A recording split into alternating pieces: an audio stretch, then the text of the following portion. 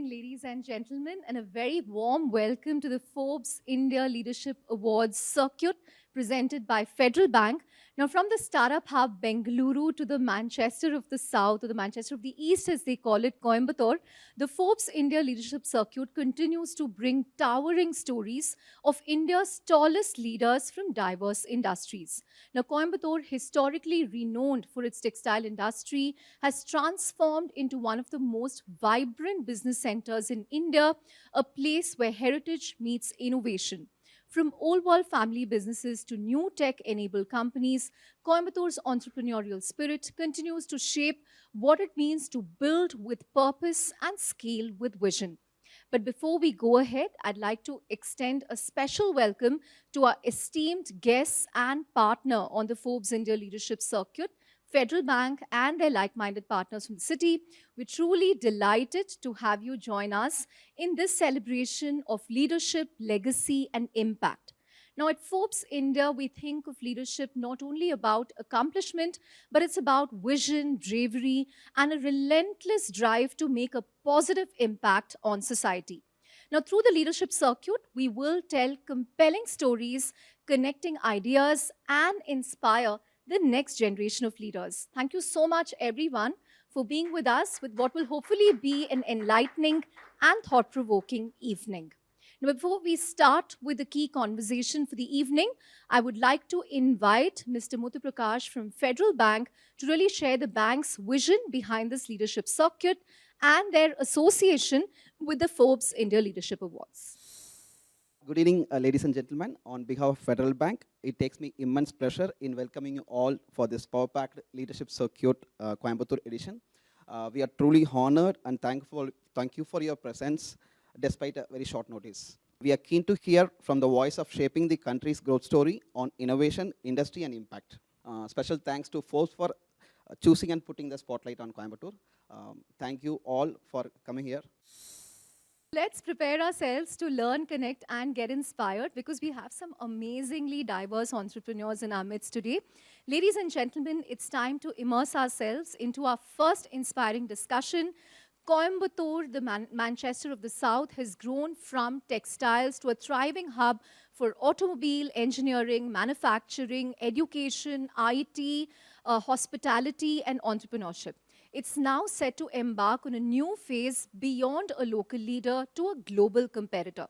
Now, as India rebalances within global value chains and emerging corridor economies, this conversation will take us through what it means to cities like Coimbatore who can become global players. With visionary leadership, policy engagement, or institution building play a decisive role.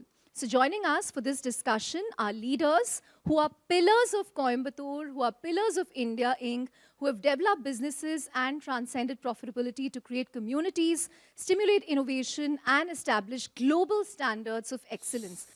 Thank you all very much. And the good thing about having three of you on stage is I don't have to introduce you. Everyone knows who is Precall, who is Shakti, and who is Mr. Shakti Vale. So thank you very much for joining us, ma'am. This is actually my first time in Coimbatore, so it's really a huge privilege to conduct this conversation and meet pillars of the industry here.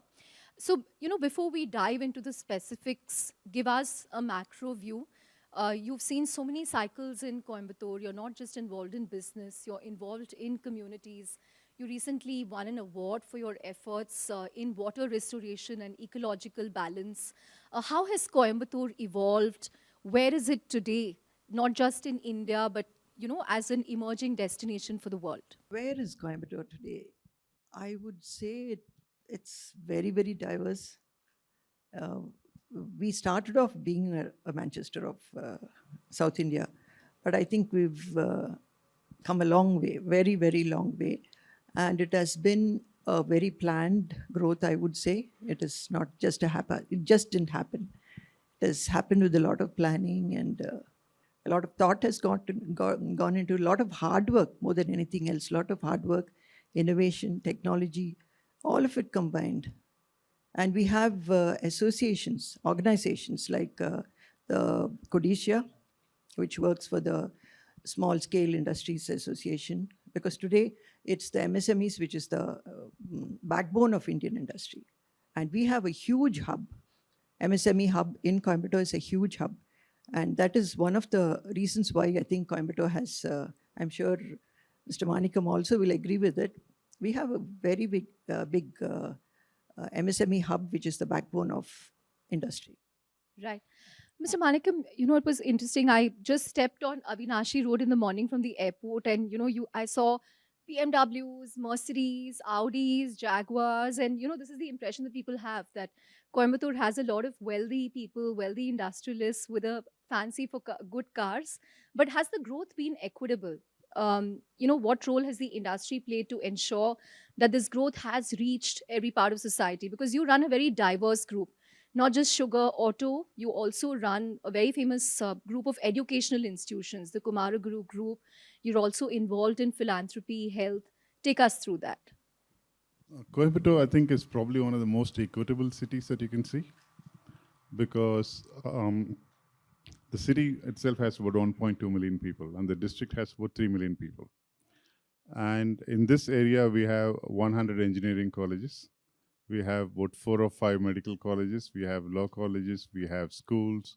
We have a lot of industry. And typically, I don't think there's anybody who's literally unemployed here. And if you look at the labor that we employ, they're pan-India. In fact, we have a lot of labor coming from various parts of India and working here. And most of the industries have been started by previous generation workers or this generation workers who have just stepped up from the job and started an industry. So you can't get more equity than that. You have people who have started as a worker in a textile mill and running a 500 crore business today.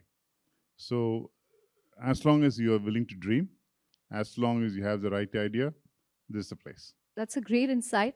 Mr. Shaktivel, you are sort of the face of, Tirupur for so many years. How do you see these changes? And, I remember last year you said that you were very hopeful of a FTA with the US because of Prime Minister Modi and Trump's friendship.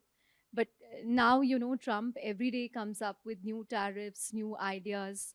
Yesterday, he said those who support BRICS have to give extra 10%. How is the textile industry viewing all this? Chandra, you talk about Coimbatore. I always say it's not only Coimbatore. It is Coimbatore, Tirupur, Erode.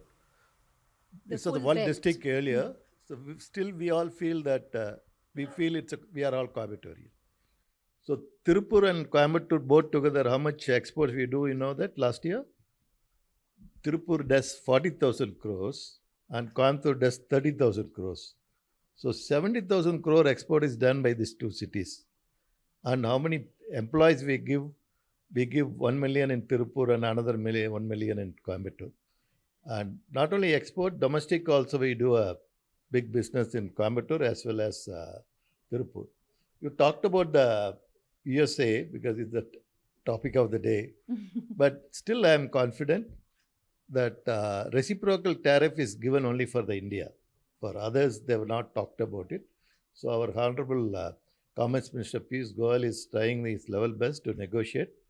And we will be win-win situation. Whatever we have to do a 500 billion business within 2030. And I hope that we will have the best rate compared to other nations. I'm very hopeful for that. And already, you know that the UK FTA is on. Only the Parliament which is has a big shot in the arm for Indian textiles. Only the Parliament has to pass the law in UK. Then you have the Commissioner of EU. She was there 2 months back. She announced clearly by this year end, we'll have 27 countries signing the FTA with India. So India in textile and apparel, we are having a very bright future. And only thing, the problem is, as you said, manpower.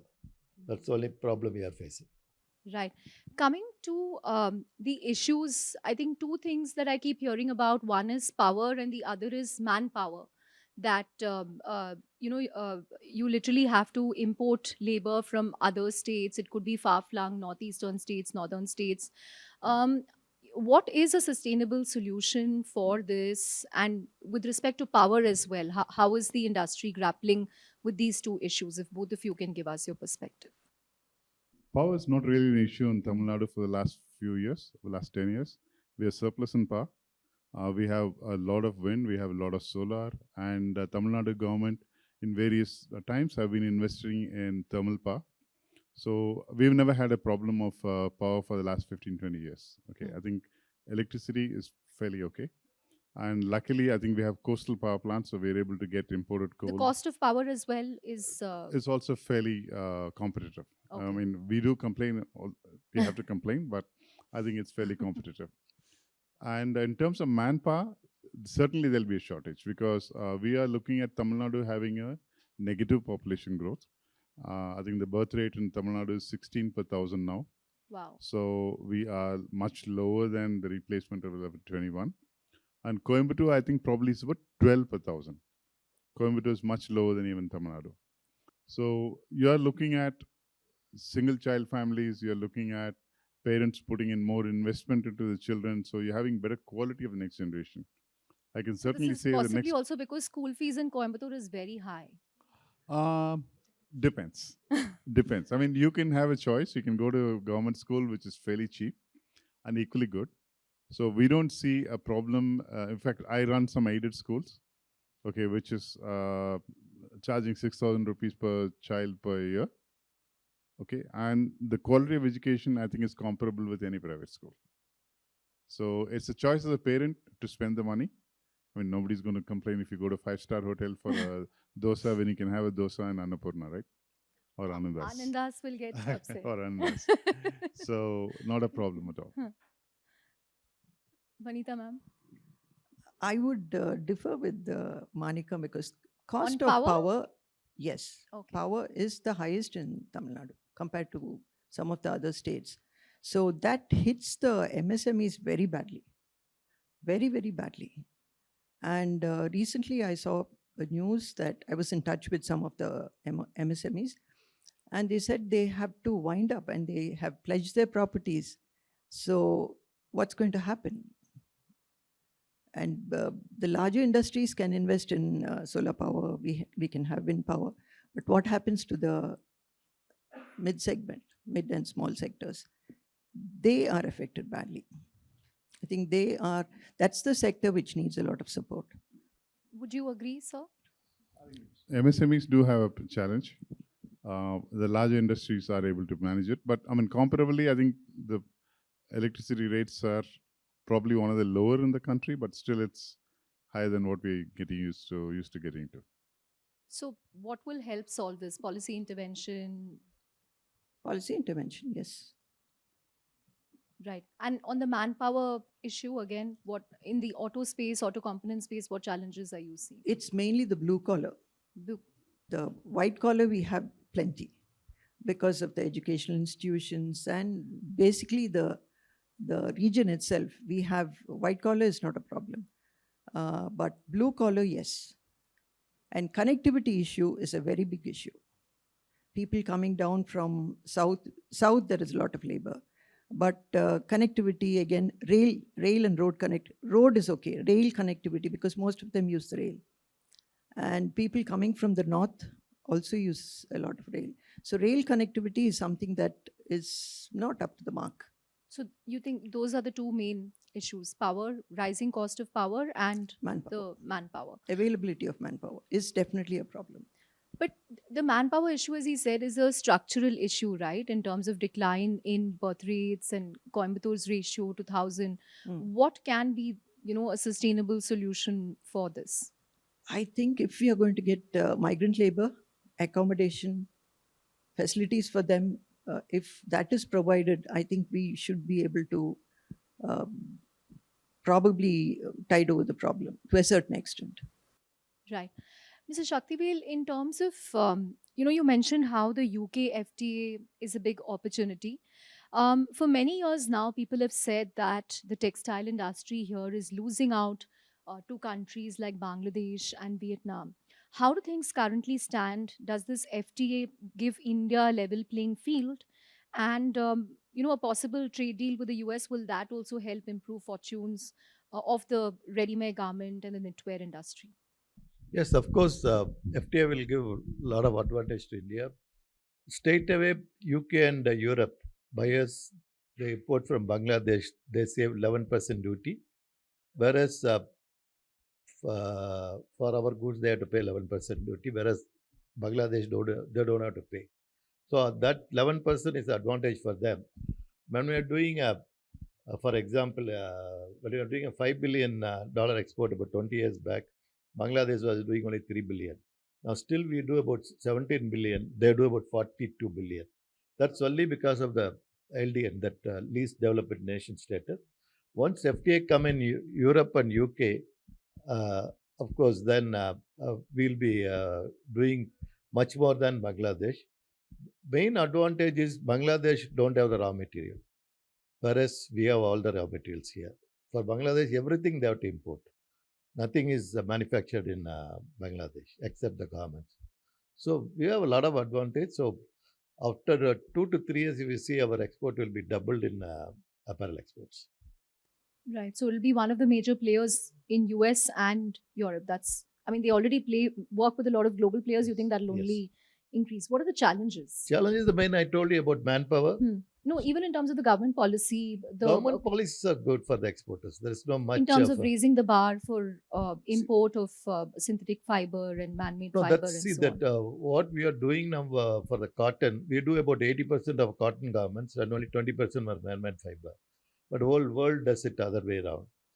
We have to improve our quality of the fabric for the man-made fiber. That's one challenge we are doing it, but we are taken up in the APC as well as our Export Association. We are doing it, and very soon we will be doing more than 40% of MMF garments and 60% of cotton garments. There we want some collaboration with China, Taiwan, and Korea, because the fabric, we have enough fiber and yarn, but we don't have a good quality of fabric. So we need some joint ventures to be done. We have requested the government that give some capital subsidy because the investment is huge. So we are working on that. And also in PM Mitra Park scheme also we said, when somebody put the MMF garments unit, you should help us out. So that's one thing is there. But all this comes in HR or the manpower is the biggest problem for us. But now what happens? Tamil Nadu, nobody wants to come here because thanks to our Tamil Nadu government, they give everything free. You get free rice, free houses, free electricity, free mixie, free TV. Now cash 1,000 rupees per lady. So nobody wants. There's no incentive to work. So nobody wants to come out of their village and work. So we had to import our all migrant workers we had to depend. Now they become very choosy. They said, what are the facilities you can offer? So for example, here KM Knitwear there, by Poppies is there. We have invested 50 crores only for the hostel facilities and take videos and bites from our existing workers to showcase our factories in the outside Tamil Nadu state. And they're very asking whether Sunday what food they give, feast, then what is the movie they will show it us, and what are the games you are there. So demand is from the workers' side. Unless otherwise we have a working hostel with the factories, we are not going to manage the working force. And that's why we asked government, please, you give 100 days work that NRG or Narega. this one. So you give this to our exporters. Instead of 100 days, we are ready to give 365 days. And you don't pay the money what you are paying for 100 days. We will pay half of that fees ourselves, plus 265 days salary also we are giving. So otherwise, it's going to be tough for the exporters because we need apparel means it's only more workers and more employment and more ladies. We are employing about 75 to 80%. So all things are when you go around, the manpower is the biggest problem. Tomorrow, if you have 60,000 people in Tirupur, I'll employ them all in tomorrow itself. Wow. 60,000 people and everyone will get a job in Tirupur. That's amazing. In terms of both of you, what would your key asks be from the government, or what policy support will help Coimbatore, your respective industries, scale up to the next level, become competitive not just in India but globally? I would say electronics, we need a lot of support. And today we are going the electronic. Increasingly, we are going the electronic way. And a lot of dependency on China for electronic um, components and sub-assemblies. So I think government has to look at how we can find alternatives without electronics, especially in automotive industry. There's so much happening on the electronic side. Right. Ms. Manik. Getting the government in is a two-way sword. I mean, sometimes we don't want government. Coimbatore has become very great because we don't have government sitting with us. Okay, in fact, I am very proud that we are, self-made. We don't have too much of governmental sector investments, but we do need the government in infrastructure. As Vanitaka was saying, we need our airports to be improved. We need our railways to be improved. We need our roadways to be improved. We need our healthcare to be improved. So I would think the government should really focus on the infrastructure, which is what industry cannot do. The government should be really focusing on creating world-class infrastructure. Like in China, you can travel, there are 2,000 trains traveling at 400 kilometers. And we have 10 trains and we are very happy about it. So we need to have that kind of infrastructure to come in. We need good ports, we need good airports. And Coimbatore Airport, I think we've been crying for the last 20 years, trying to get more flights into it. It's been not happening. So there are a lot of things that we could do, and we could do a lot better. But I hope there's no one from Chennai, but Coimbatore Airport still looks better than the Chennai. Airport looks better, not the flights. Not the- We don't have sufficient flights. See, for Coimbatore, international flights, only 2 flights are coming. But whereas in Trichy and Madurai, there are 10 flights coming every day. Coimbatore and Tirupur is doing 70,000 crore exports. We want buyers to come in. We want cargo to export. But government is not doing anything on the getting the flight connection to Coimbatore. Ma'am, That's a very big setback for us. the lack of flights, the lack of connectivity. And we've been talking of, we are bursting in our seams, literally bursting in our seams. And for Coimbatore Airport, the catchment area is 7 districts, plus 1 in Kerala. So it's literally 8 districts which use the Coimbatore airport for their travel. And cargo, will you believe that we send our cargo to Kochi, we send it to Bangalore. Bangalore Airport has its cargo base in Tirupur to take the cargo every day, while we have an airport here. So that's something which has to be done on a priority basis. Right. Coming to the last 5 minutes, I know you have a hard stop. You know, the city has also diversified, as you said, beyond textiles, beyond auto. We have a lot of companies coming up in the FMCG space, hospitality space. And thanks to all the engineering colleges, also a lot of SaaS companies and startups. How are you seeing this evolve? I think it's a very holistic, very interesting, cosmopolitan, getting a lot of interesting people also coming into the city. Having said that, we are also concerned about the growth of the city. Do we have the right kind of infrastructure to handle all this growth?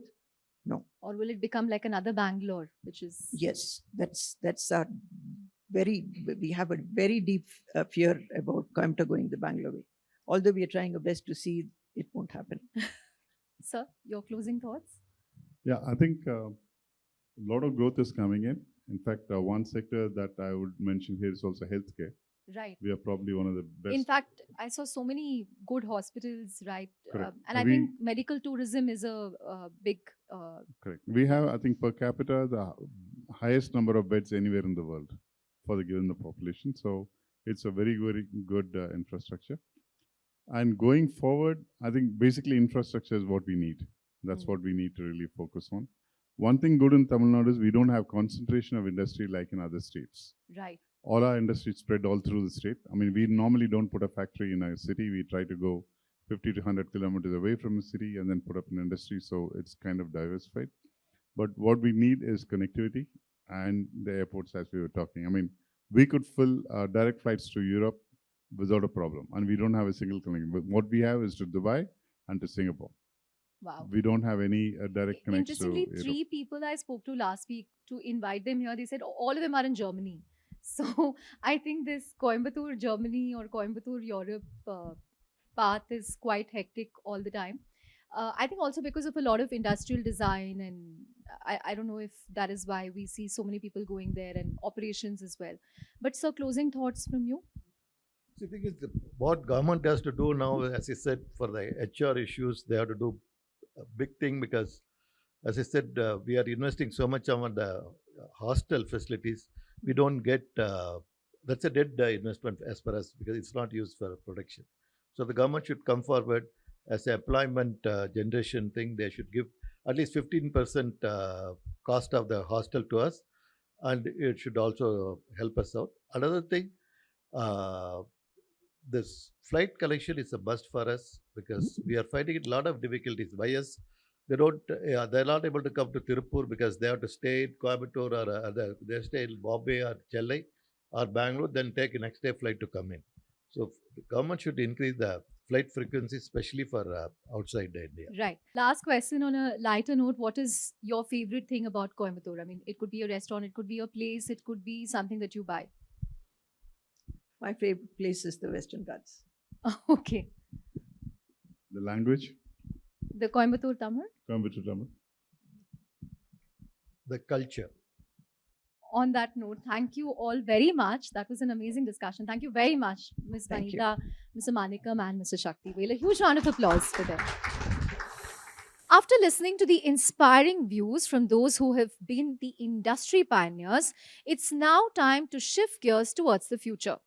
Coimbatore's heritage has been built on the pillars of family enterprises, deep-rooted community values, and decades of entrepreneurial culture.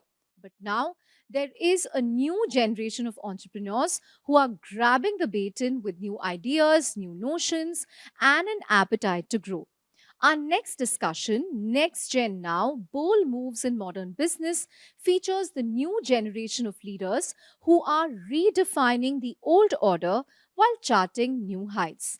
Whether it is retail and food, manufacturing and design, these disruptors are proving that change and tradition aren't necessarily at odds.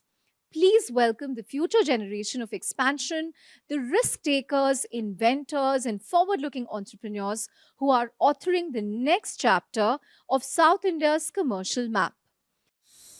Thank you all so much for making it. Tell us about the opportunities you see for your businesses because they are also going through a transition. Um, you've been spending a lot of time in Europe.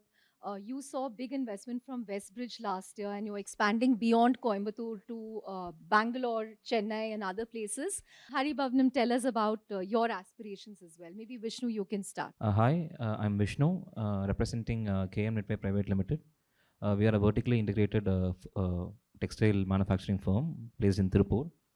Right from fiber to fashion, we do the entire manufacturing chain. So in terms of opportunities, yes, there is definitely a huge potential in hosiery textiles, especially in Tirupur, because as we see, the last 10 years we're not very great for Tirupur in terms of textiles. We have our own reasons for that, COVID and a lot of other things. So we are coming out of that down cyclical trend, and we are upscaling now. So there's definitely a potential with a lot of FTAs happening, bilateral talks, with a lot of new, because Tirupur has traditionally been a cotton manufacturing sector. Yeah. And now we are seeing good investments in activewear, and there are a lot of shifts happening towards that. And that is definitely a positive shift, which I see. And you work with the major chains in UK, right? Like Primark and others. So will Europe be your next big aspiration? US? Yes, so this UK India bilateral talks is definitely going to benefit us in a very big way, especially us doing for Primark for almost the last 20 years. And not just that, even in US, thanks to the China Plus One strategy, everybody, in terms of geopolitical situations, India is definitely favoring with respect to other our neighboring competitive countries. So I think India is definitely a positive sourcing destination for any buyer, not just in UK, in anywhere around the world. Right. Sendil, Kovai Paramudir Nilayam is so well known. And last year you saw a big move where Westbridge acquired a majority, and now you're going beyond Kovai, which is why now you're KPN Farm Fresh. You're there in Chennai. I think you were also there in Bangalore. In Hyderabad now. Oh, in Hyderabad as well. So, what are your plans beyond Coimbatore? And this is interesting because you're expanding this offline grocery store at a time when everybody is ordering from quick commerce, especially in big cities. Everybody is hooked on Blinkit, Instamart, Zepto, but you're still seeing a lot of growth. We are seeing tremendous growth. And to your information, we are also into quick commerce right now. So we employ around 1,200 riders of our own. We have our own app and we deliver almost 30,000 orders every day now. So we are the fourth largest, silently the fourth largest after Zepto, Instamart and Blinkit in all three cities, Chennai, Bangalore and Hyderabad. We are the fourth largest. We are doing better than Big Basket in Chennai and Hyderabad both. Oh, wow. So that way, thanks to all the veterans who spoke before us, they have taught us to dream big in Coimbatore. So we are never constrained by thinking that, we have to think only for Coimbatore. So we think for India, we think for the globe. And the good thing again is, if you see this chain of entrepreneurs, the beautiful thing about Coimbatore is the culture among entrepreneurs to help each other grow. Even if you take Mr. Shaktivel, who was before here, he was one of the pioneers in industry who helped Tirupur as an industry grow, and I think that camaraderie between all the entrepreneurs is so very beautiful. If you ask for some help, now he's launching Chennai. He comes to me and says, Sendil, which are the top 50 locations where we have to be in Chennai? Will be the most, coming forward to help on that, because we want other entrepreneurs to success and thrive, and that's where we take our pleasure from. So this is a huge round of applause for that, for Coimbatore spirit. Yeah. That's a real spirit. It's not like, we talk on stage, you go out every day and there is like a lot of help from other co-entrepreneurs in Coimbatore. And the thing about our business or any other business is we are all lucky right now. We are in a time in India where India is going through a see-through change. There are so many aspirants who are coming up, who are starting to earn little extra. The middle class is slowly becoming upper middle class. There is so much aspiration for this upper middle class to eat better, to wear better clothes, to live better. There is so much opportunity, so much. So I think we should all be very thankful for living in this period as entrepreneurs. I think all we need to do is not be fence sitters, just get our hands dirty, get into the business, do enough, and scale to that level where you can really scale. I think today, where we were we opened 50 outlets over a span of 25-30 years. Today we are opening one outlet every single day. We are clocking, we are thinking 300 outlets in this next 365 days. We are thinking of that. So wow, that's a scale. And I think India as a country has a scale of, say, I would say 10,000 outlets like ours can come. So today we are at 200. So imagine the kind of potential India as a nation has and where we can go.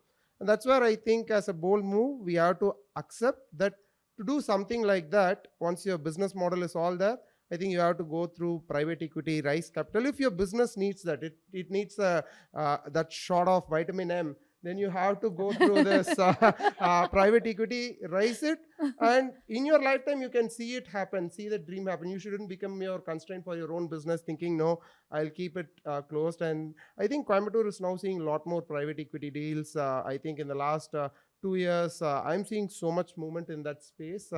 It was also much needed for Coimbatore. So I'm super positive and super hopeful of what Coimbatore has in store. Wow, great. And as Mr. Manikam said, dream big, and Coimbatore gives you that freedom to dream big. But Mr. Venkatesh, let me come to you. So you know who's helped to take in Sendil identifying prime locations in Chennai, Hyderabad and Bangalore. Wherever you want to expand, call Sendil, he'll help. Already shows the way for us. Actually, Mr. Sendil and KPN Farm Project is pioneering in the retail space to expand further for us. Did They show the way actually. And they're Now- also inspiring you to take capital. Yeah. That's a due process, no? That's steps and process involved. It's too early to say that. Okay. Right. But Ananda's Bandar, Coimbatore, it's very famous. Yeah. So now what is your dream? You want this to be famous in Chennai? Yeah, now Bangalore? we are putting our steps in Chennai. And then, as you said, maybe Bangalore and rest of Tamil Nadu, we hope so. Right. And what is giving you the optimism that, there is a demand for this product everywhere? Yeah, we are first generation business people actually. For the past 20 years, 25 years, we put some 10 restaurants and 20 sweet outlets only. But business is all about growth only, no? That's why now we want to expand much further. That's why we are on the way. Great. Mr. Balchandar, tell us about Hari Bhavanam's ambitions. I don't think I need to say much about Haribhavanam. You people know better than me. It's a 55-year-old company. I'm the second generation entrepreneur. Now my children are all In up. the business. Yeah, they are in the college now. Maybe in another down the line, 2-3 years, they should be inside. But the insights of this thing is totally different, like how Ananda said and how Sendil said. The type of the business decides it. So maybe his business is very good to multiply and easy to ride. But whereas in our kind of restaurant business, it's too tough. And particularly to mention in South Indian Chettinad type of cuisine and non-vegetarian, it's very, very hard to multiply the numbers.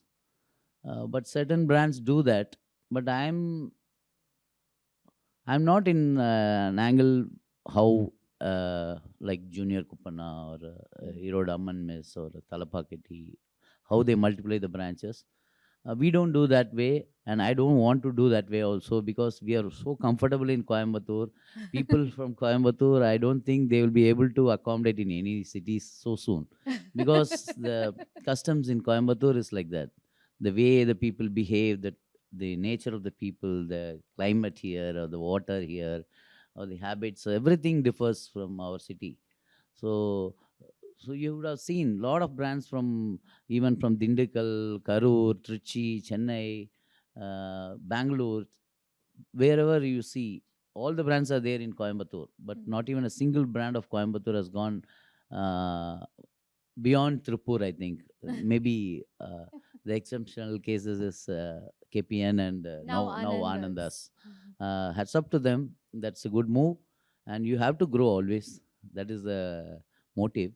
But in my case, I wanted my brand to grow very slowly and steadily, because the brands which has taken more of steps immediately and grown, they feel that they should size down somewhere. They have taken a fast move. The nature of business, like retail, is different, and the hospitality is different. So we are working on our own model. So it might take some time, slow and steady. Maybe we will also win the race and run with them. And not so soon, but maybe after the next generation comes in, we might take it to the next level. Because the private equity partners, you know very well, and Sendil also knows very well, when they come and climb on you, they just ride you like a horse. And you should be ready any time to win the race, or if you don't win the race, then you are going to have a bad time. And I don't want to take the risk at this moment, you're scaring because Mr. Venkatesh. He's in the no, I middle just of due wanted to put diligence. my opinion also there, because they study the market very well, far better than any of them here.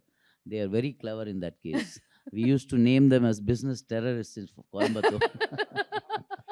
So they do business very aggressively, and I'm not to that race, but still we have to participate. Anyways, we'll be there behind them anytime. So small is beautiful for him. Yes, sir, you want to add? I thought Bala has the right clout on him, but he is waiting for the right moment. Sendil, is there private equity pressure to expand super fast? Honestly, of course, private equity, once the capital is in there, it's about making use of the capital at the earliest. we've been pushing the private equity guys to invest more and more. I think once you show the appetite for the business, once you show them what it can be, I think it's about matching the expectations. So for us, it has been a wonderful partnership. I would say, Westbridge is one of such companies, and the folks at Westbridge are like super good. Not just because I want to say it. In fact, in all my years of journey with the brand, this last 2 years when we have worked with the private equities, when I felt that we've been doing the best, and um, I think it's about setting the expectations right from day one. So there had never been a false promise from me to the investors or the investors to us. It's about, once we set the expectations, this is the kind of growth you can look at, and this is what it is. I think then you're off on very, very good grounds. And these are also people who really understand that businesses are through ups and downs. They have invested in like 180 businesses, so they've seen them grow and go through different phases. So I think once you set the expectations right, it's been a very beautiful journey for us, especially. I know there have been a lot of stories of bad private equity partnerships, Yeah. but Especially in family. for one, I owned think we businesses. would like to change that. We and Westbridge would like to change that. We would like to give a very, very positive note on how a private equity can grow a business, can bring great value for the business and great valuation for the people, the founders and the promoters of the business. Yeah. And you're already giving Big Basket some tough times in Chennai. Absolutely, absolutely, yes. Vishu, are you seeing investor interest extend beyond, say, healthcare, grocery, restaurants to your sector? No, see, as an individually, we've made some investments apart from the textile. We've invested in a leading hospital in Coimbatore as well, and we've also invested in some brands which are actively looking for private equity as well. But as a company, myself, because we've done the major expansion of what we dreamed for the next 5 years last year. No, in terms of you raising capital from investors. That is definitely a goal, which I want to pursue in the future. But right now, I think we've done the investments of what we have in mind. So I think little satisfied in terms of that area. Right. And what other industries do you see yourself diversifying into? We have Mr. Manikam, who runs such a diversified group. Does it inspire you to get into other areas? You mentioned you've invested in healthcare. Where else do you see the potential? Will you, for instance, move from an export-oriented business to a business that will have retail outlets, apparel outlets? Yeah, so yes, medical tourism is definitely the Coimbatore's next big thing, and we've already had a step towards that. But diversification, the easiest way of diversification is going to a different sector altogether. But textile itself is a very big sector wherein you can diversify within your in the industry itself. Like you can have a presence of doing both exports as well as domestic markets, like brands, like you said. In terms of fabric, there are there are vast range of fabrics where you can, like I said, Tirupur industry has traditionally been only spinners. Now we don't see standalone spinners here. They either do forward integration and they sell fabric, or even they come into garment exports, or active investment in activewear is happening. So various diversification in terms of fabric also we are doing. And also in terms of the buyers we choose, like one single buyer, one single market, one single country has been traditionally Tripur's way of doing it. Like 80% of the entire business comes from one particular buyer in one particular country. But now it's not the same. I think it's more diversified. It's more diversified. Like I have my presence both in 4 to 5 countries in Europe, in US, even in Asian countries. And I have a domestic presence as well in terms of investing in the brands. So that diversification also helps. Maybe because to take a immediate step of going to a different sector requires a lot of calculations, but this one is the opportunities and challenges since you've been a part of the industry. So this is a easier way of the first step of diversification is what I feel. Right. I think when we spoke last week, you were in Europe. Will you be spending more time abroad in light of the FTA with UK? EU is also keen, and now US. I don't know, Mr. Shaktivel is hopeful of an FTA, but How does it change things for you? Yes, it definitely changed things for us. We would like to, we are constantly in lookout for new buyers who who wants us to, I'm looking for someone who could build a strategically long-term relationship with me rather than, coming in for some small temporary price gains or something like that. So my goal is to have a long-term partnership, build a strategic partnership with the buyer, so that, like I said, like we've been traveling with Primark for almost 20 years now, and it's going good. So that is how I've been taught into the way of looking. So definitely, yes, we've been in constant lookouts, and we also have some partnerships with some buying offices in Tirupur who are doing the job for us. So that we are into that segment as well. Right. In terms of the restaurant industry, I remember last year this video about cream bun GST went viral, right? I think it was Mr. Srinivasan of Annapurna who said, 18% for cream bun versus tax for ordinary bun. But in terms of the GST structure, how is it impacted? And is that why you said that, this is not an industry where you can expand in a hurry? There are other issues. There will be always headwinds in industry, Hmm. particularly in restaurant industry, as you said. But we have to go through the challenge, and we have to ambitious with our business. That's why we Ananda's are, has cream bun. yeah, definitely. No, Huh. it's taken out of context. That thing, yeah, and that's the issue happen. It's not a big thing. It's taken out of context only. That's the Right. thing. But in terms of other policy issues, sir, for instance, in the previous session, they spoke about how manpower is the single biggest issue or the lack of manpower. Is that something that you all see as well? Mr. Shaktivel said they have to build some special hostels, give special incentives on Sundays to attract workers. What challenges are you seeing since you're also expanding the restaurants? As our business leader already said, we are facing the challenge of manpower as a huge HR issues there.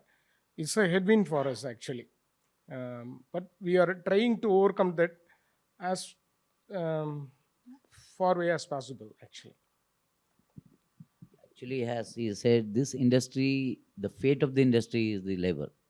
So that thing you can never sort it out. You'll have to face it.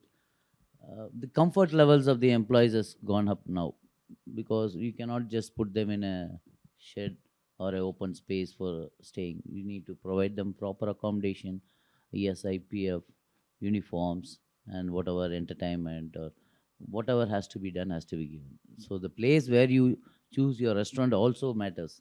If you choose a place where there is no malls or theaters or no shopping area or no entertainment for them, you find it very difficult to find a employee there. So But the cost of real estate will go up for you. 100%. So it's like a double-edged sword.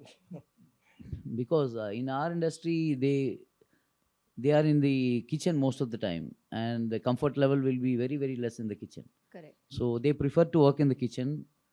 No, they prefer to work in the restaurant because there are air conditioners in the restaurant and they feel comfortable there.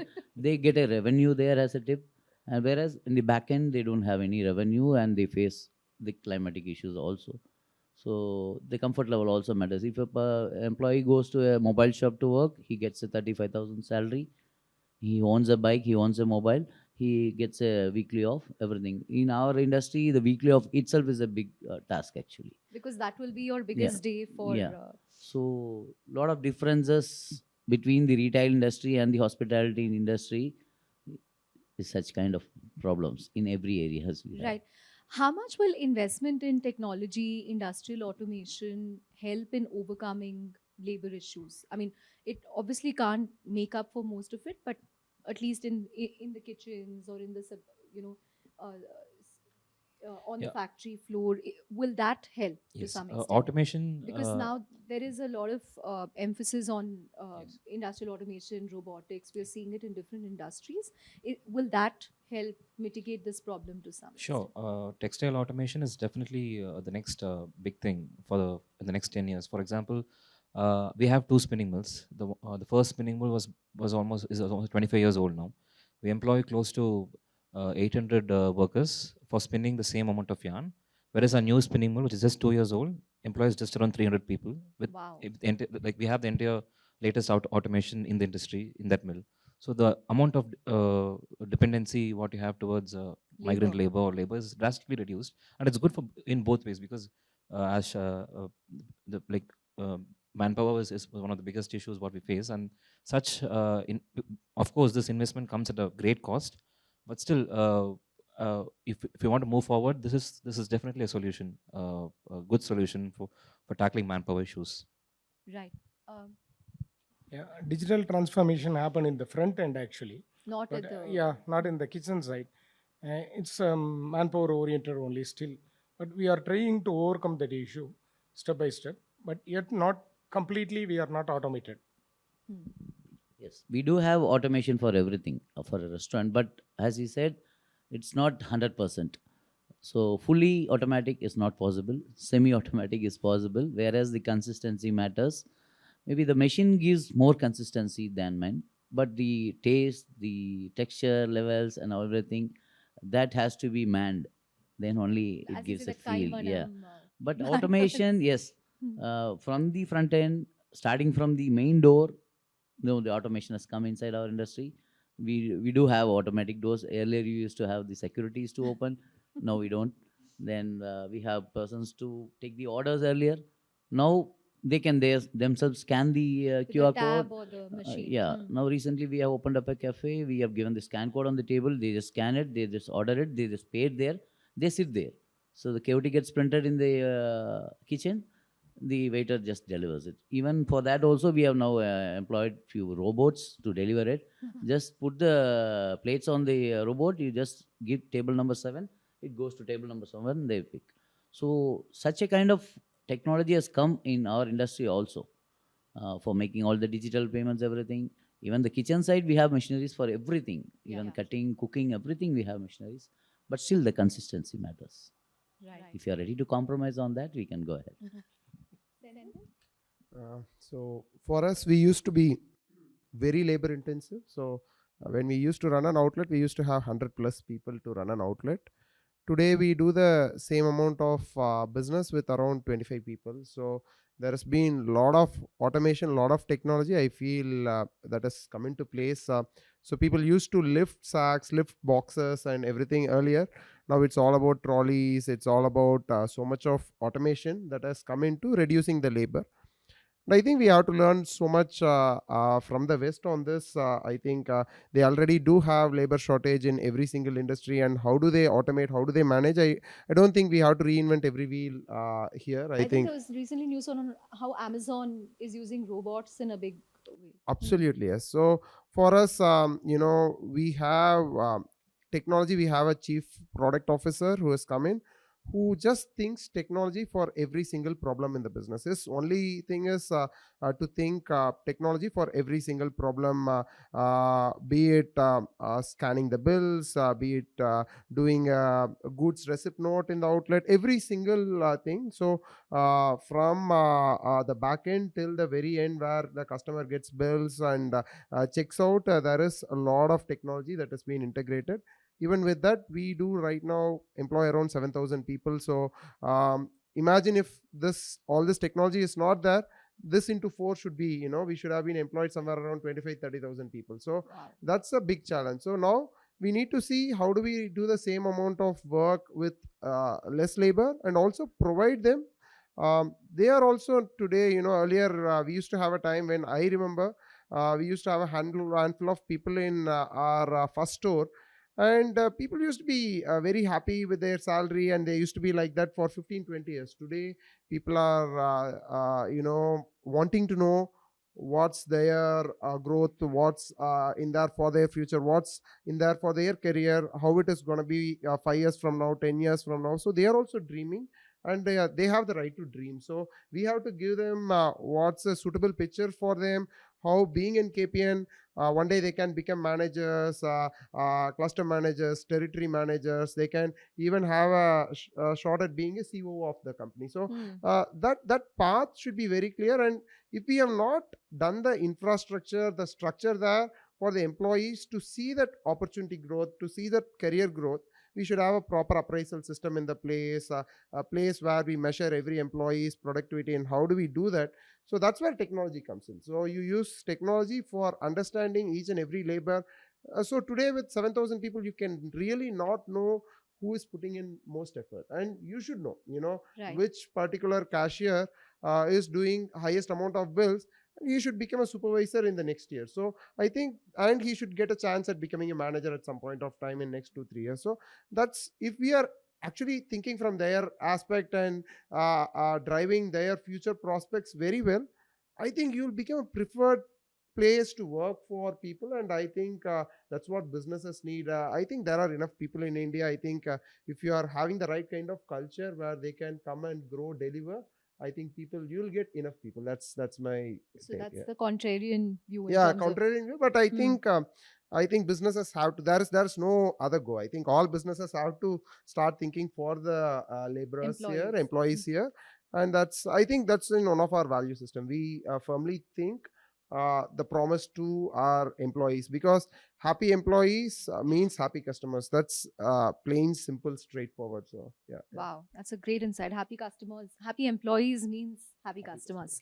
But as we wind down, I want to ask all of you, is there some disadvantage that you've ever felt in being based in Coimbatore vis-a-vis or Chennai or Bangalore or a Hyderabad, something that held you back, or a Mumbai or a Delhi? In terms of two things, one is definitely logistics. Like what they said about yeah. the flights. And not just flights. In terms of cargo, I think for me, the nearest port is Tuticorin. So it takes almost close to 45 to 50 days for me to ship it to New York or to LA. Wow. Whereas in this era, a garment has been made in less than 45 days. So the actual lead time of shipping the garment is more than the lead time of manufacturing it. So that is definitely a challenge for Tirupur especially. And if I use the Bombay port, it's I think the days come. I can easily reduce 10 days in that. And in terms of sourcing the right people, definitely Coimbatore is picking up. I wouldn't say because I think the buyers right now wants us to design the garments ourselves. Like they want us to, like earlier they would just give us the tech packs to us. We just follow it and manufacture it. Now they want us to design as well. For us to source good designers and for them to have a living here in Coimbatore, they prefer Bangalore or Bombay or that. So even when I try to accommodate and put a team here in Coimbatore, it is much more difficult for me to manage the team, like having them in Bangalore or Bombay. But Bangalore is more a better destination because all my buyers are now shifting base from Delhi to Bangalore. So Bangalore is developing as a textile designing ecosystem as a whole.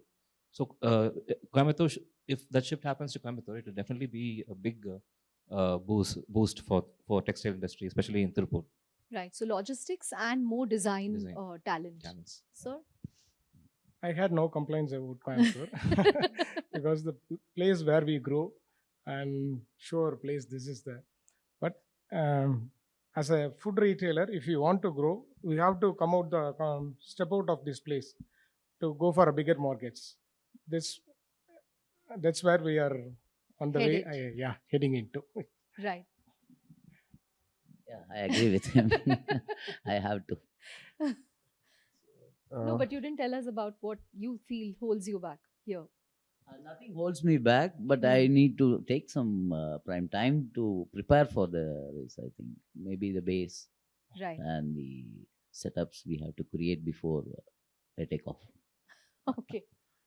I think being in Coimbatore, there's one big advantage, benefit. I think a lot of people in Coimbatore develop businesses they do business in excellence, like take it Anandas or Haribhavan or even Annapurna, Nagarkoil Haribhavan now, and so many other businesses, even Kovai Palamudalayam, Krishna Sweets.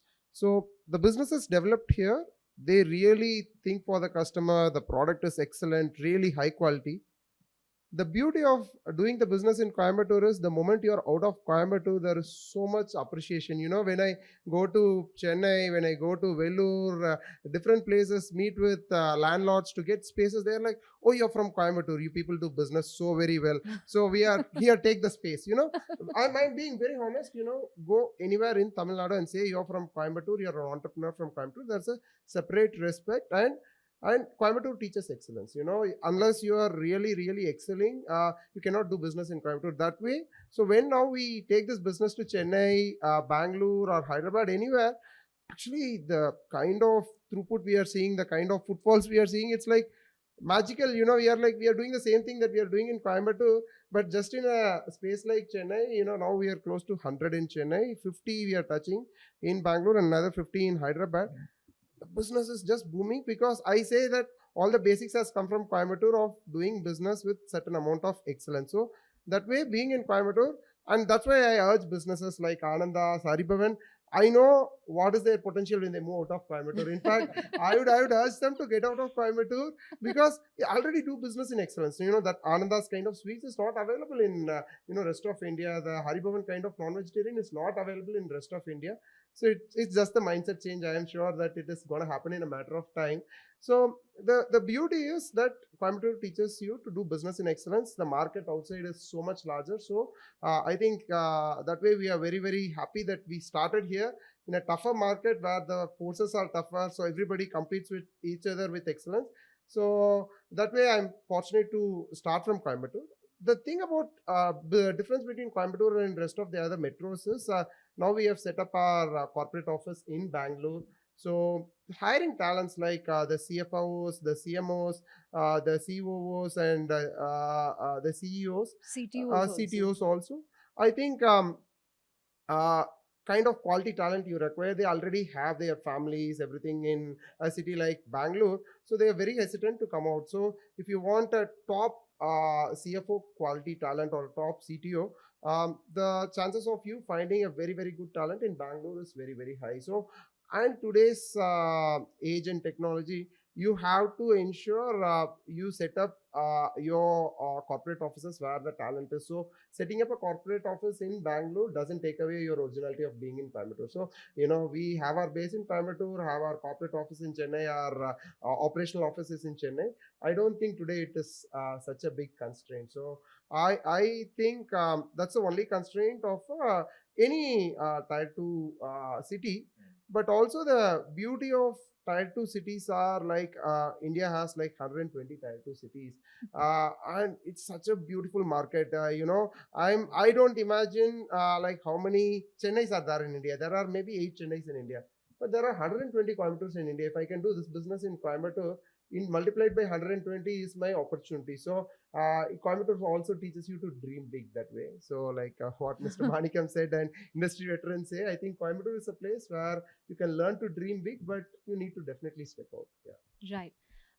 Closing thoughts. What's your one big thing that you want to do in the next financial year, 25-26? For the textile industry, I would say the market is definitely positive. Anybody who wants to jump in should definitely do upscaling, should increase their base, and then prepare for the next big thing coming their way. So the market is positive. All the good, the government support is there. Apart from the labor issues, I think textile industry for the next 10 years, this definitely will be the big thing. Right. Digital transformation and the automation is the best next big thing we need actually. I thought this is the right moment to explore the things. If you want to scaling up, we have to explore on that. That's the thing. Right. Yeah, very true. Like Anandas Venkatesh said and Sendil said, we should step out one day. And the effort we put here in Coimbatore, the investment we put here in Coimbatore, the way we do business in Coimbatore, the same thing if you do it in Chennai or Bangalore, Hyderabad, your income or earning is going to be 3 times more than that. That is surely true. We know that. But we find a lot of comfort in Coimbatore. That's why we are not moving out of Coimbatore. I think maybe, like how he said, we should soon get prepared to step out, Right. and we will. Your Thank you. your goal, Sendil? I You think already have a it's big number in mind in yeah, terms of it's just outlets. pressing the accelerator, Accelerator. push the speed button. So I think But wear the seat belt. wear the seat belt. Yeah, yeah. Tremendous opportunity. I think, very honestly, I'll give you another metaphor here for wearing the seat belt. So India is such a diverse country. You don't need to be scared. Once all these people, all of us sitting here have our basic models in place, have a basic culture of business in place. We understand how this model works and how do we make profits out of it, and how to make it work for the consumer as well. So that way, I think don't need to really think about wearing that seat belt. All you need to do is go really out there, and such a tremendous market, such a big market is out there waiting. 8 metros, 120 tier twos, and 500 tier threes. Just think of the market and just go out there. It averages out very well. When we opened now, like almost 160 outlets in the last 1.5 years we opened. So 20s were duds, and 60, 70s are like really good, and another 110 are like above average. So it's like you're really it averages out really well, and you're surprised by the potential in different places. I didn't know there's a place called Valam in Chengalpet. It's like the third best business this Sunday happened there. And in Bangalore, if you ask me what are the top 10 places, I won't even know that there's a place called Coffee Board. There is something called Ayappa Nagar in Bangalore. There is, and businesses come from all corners. Tiruvallur is firing. Tiruvallur and Nellore are in our top 10, outlets. So you really don't know what's potential, and there's not enough time to come, sit, do analytics, use someone to understand. You just have to trust that India is a wonderful market and there is so much of aspirant people available out there. You just need to, go out there. There'll be a 10% where you'll get hit, but the rest 90% will make up for that. So I think we have to have a time where we press the accelerator without wearing the seatbelt and just trust the process. Great. Yeah, I think On that, lot of us are second generation entrepreneurs here. So our founders are already our seatbelts for us. So we just have to accelerate.